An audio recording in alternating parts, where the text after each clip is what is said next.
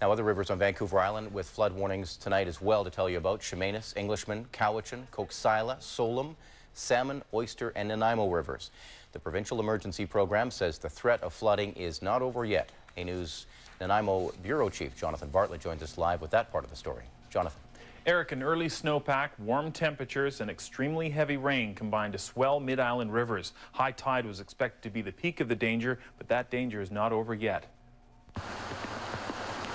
People who live along Rains Road next to Nanaimo River are used to this. It seems to happen every few years. That's not bad. I was just thinking about taking the wife's car out of here. Okay. Making sure if we do get stuck, we got a car on the other side.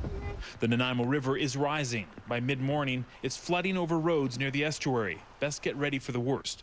Just getting everything out of the yard that'll float or be damaged. It flows pretty fast through here, so once it gets up to the first step, the second step powers off, pumps off, and we're out. By mid-afternoon, Nanaimo River joins 7 other rivers on flood warning: Chemainus, Cowichan, Coquesila, Solum, Salmon, Oyster, and Englishman River near Parksville, all rising quickly from heavy rain and melting snowpack. As a result of the rain and the snow, rivers began to rise on Sunday morning, continued to rise all day Sunday, getting up to some pretty high flood peaks last night, Sunday night into today.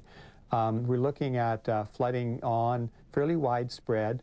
For local provincial emergency program coordinators, it's a matter of monitoring the situation and being ready to respond if things get worse. We will keep people advised through media, such as TV and radio.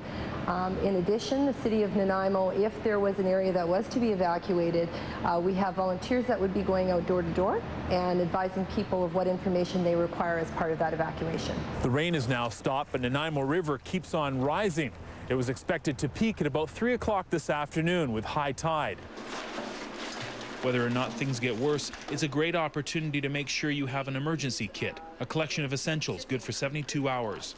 So making your emergency kit, having your grab-and-go bags, and in your grab-and-go bags having your documentation, additional first aid supplies, medications, critical information, phone contacts, having all that ready to go so that if there is an evacuation in your area, you have everything at your fingertips, and it's as simple as getting your stuff and listening to what local authorities are telling you. Back on the banks of the Nanaimo River, Brad Andrews has a good way of monitoring the situation. Yep.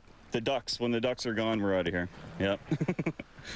Now, late word on the Nanaimo River. It looks to have peaked with the high tide. No need for any evacuation, and no need for those ducks have not floated away. Now, there is also a chance that all this muddy water could get into the water supply. It's called turbidity and may require a boil water advisory.